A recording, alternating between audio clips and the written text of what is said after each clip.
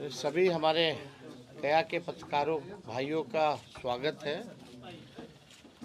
और आज गया में कार्यक्रम है पार्टी का, और पार्टी का कार्यक्रम का नाम जो है कार्यकर्ता दर्शन सह संवाद कार्यक्रम है, जहां गया जिले के सभी 10 विधानसभा क्षेत्रों से, हर ब्लॉक से, पंचायत से जो हमारे ज़मीनी स्तर के कार्यकर्ता हैं उनसे हम लोगों की संवाद होगी। और संवाद का लक्ष्य यही है कि पार्टी के विचारधारा और संगठन को और कैसे ज़मीनी स्तर पर हम सब लोग जो है मिलकर के मजबूत करें और इसका विस्तार करें। पहली बार ऐसा कार्यक्रम है जहां नेतृत्व जो है सीधे अपने बूथ स्तर के, पंचायत स्तर के कार्यकर्ताओं से संवाद करेंगे। जो कमी बेसी होगी पार्टी उसको दुरुस्त करेगी।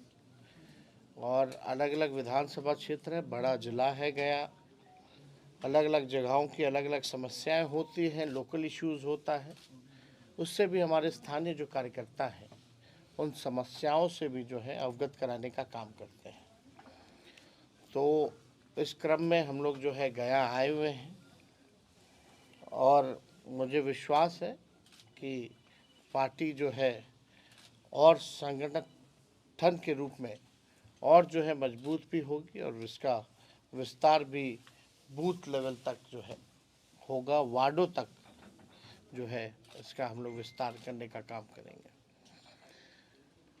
नीति आयोग का रिपोर्ट है, उसमें नीति आयोग की रिपोर्ट में देखिएगा बिहार जो है बेरोजगारी में, गरीबी में, पलायन में अव्वल राज्यों में है। महंगाई सबसे बड़ी समस्या है, पूरा बिहार लगभग हम लोग घूम लिए, इसके बाद 4-5 ही जिला बचेगा। महिलाओं से भी हम लोगों का संवाद चल रहा है और महिलाओं का यही कहना है कि महंगाई की मार जो है वो लोग झेल रही है, हर चीज़ महंगा हो गया है, लोग जो है परेशान हैं, छात्र नौजवान परेशान है पेपर लीक से, नौकरी नहीं है, बेरोजगारी चरम पर है। थाना ब्लॉक चले जाइए तो बिहार जो है भ्रष्टाचार के मामले में ये गंगोत्री बन चुका है। हर लेवल पर करप्शन जो है नीतीश जी के राज में चरम पर पहुंच चुका है। लोग भ्रष्टाचार से, घूसखोरी से लोग जो है परेशान हो चुके हैं। आप देखिएगा लॉ एंड ऑर्डर की स्थिति, तो अपराधी जो है बेलगाम हो चुके हैं। यहाँ क्रिमिनलों का डिसऑर्डर हो चुका है लॉ एंड ऑर्डर का। किसान जो है परेशान है, यूरिया खाद जो है मिल नहीं रहा, बिचौलिया जो है वो फसल ले रहे हैं, इससे भी बड़ी निराशा किसानों में भी है। हर एक वर्ग के लोग जो हैं इस मौजूदा सरकार से परेशान हो चुके हैं। जनता ने 20 साल मौका दिया, 20 साल कोई मामूली समय नहीं होता, और 11 साल केंद्र में।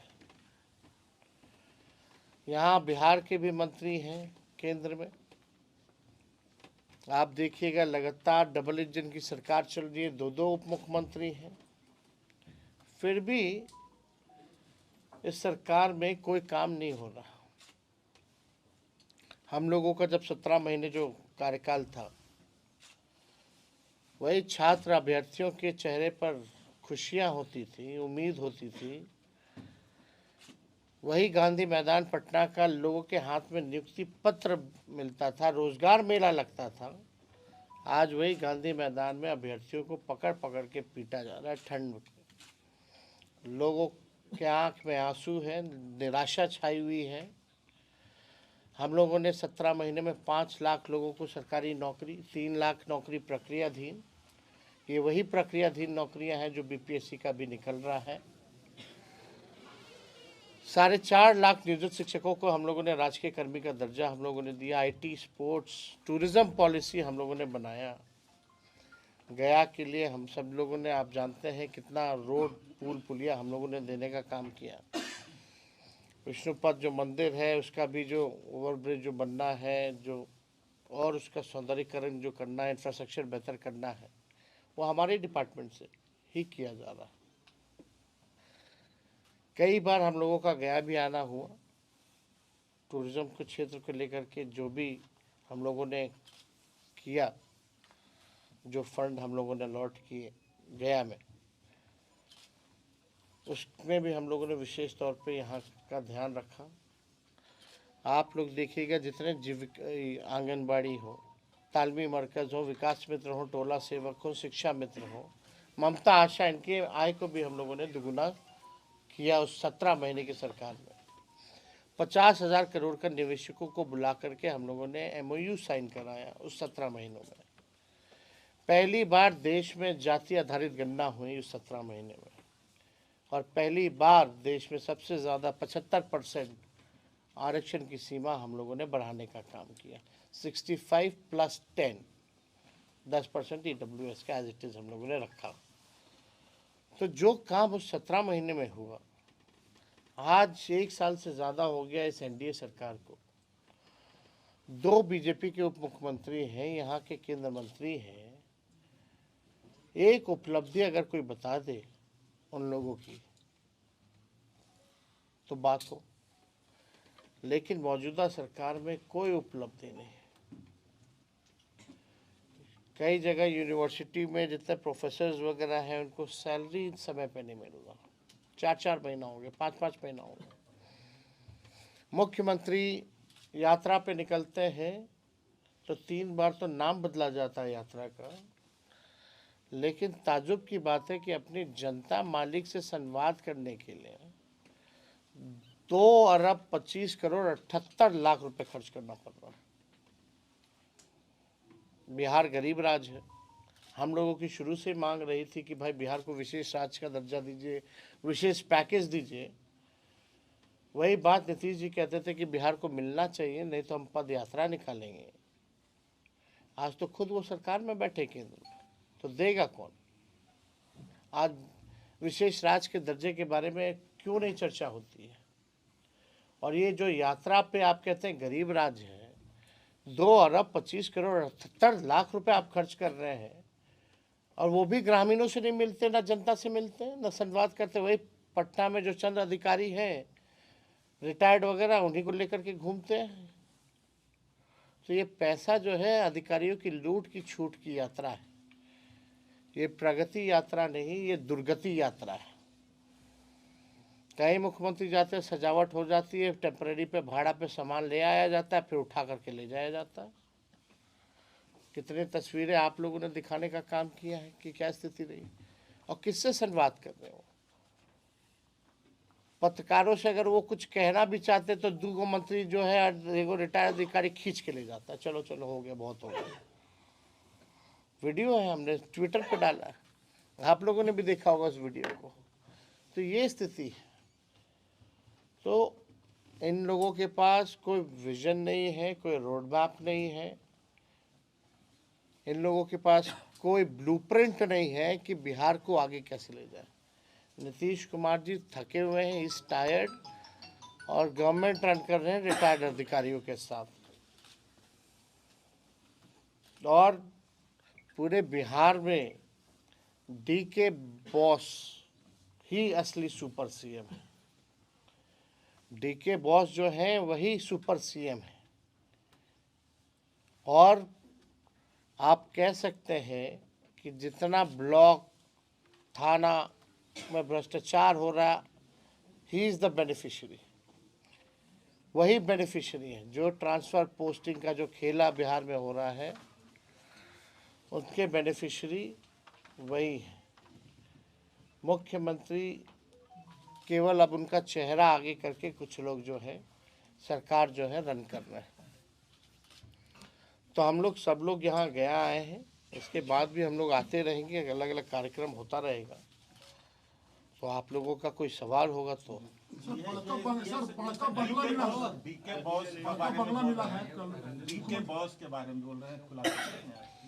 आज नहीं, आने वाले समय में हम ज़रूर करेंगे, और हमारे पास एविडेंस है, पुख्ता चीज़ें कैसे ये खेला हो रहा है, DK बॉस कैसे वसूली हो रहा है, डीके टैक्स कैसे लग रहा है बिहार में, इसके बारे में ज़रूर सबके सामने सार्वजनिक हम जरूर करेंगे। ये दिल्ली में आरजेडी की भूमिका क्या है?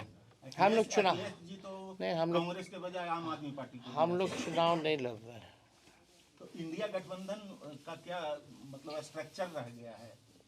कितनी बार हमने जवाब दे भाई, इंडिया गठबंधन मतलब कांग्रेस अलग थलग बिहार में है इंडिया। आप बिहार के पत्रकार हैं, दिल्ली वाले लोगों को जाने दीजिए, हम लोग तो है ना बिहार में इंडिया अलायंस। इंडिया अलायंस में तो बिहार में है ही ना हम लोग शुरू से ही।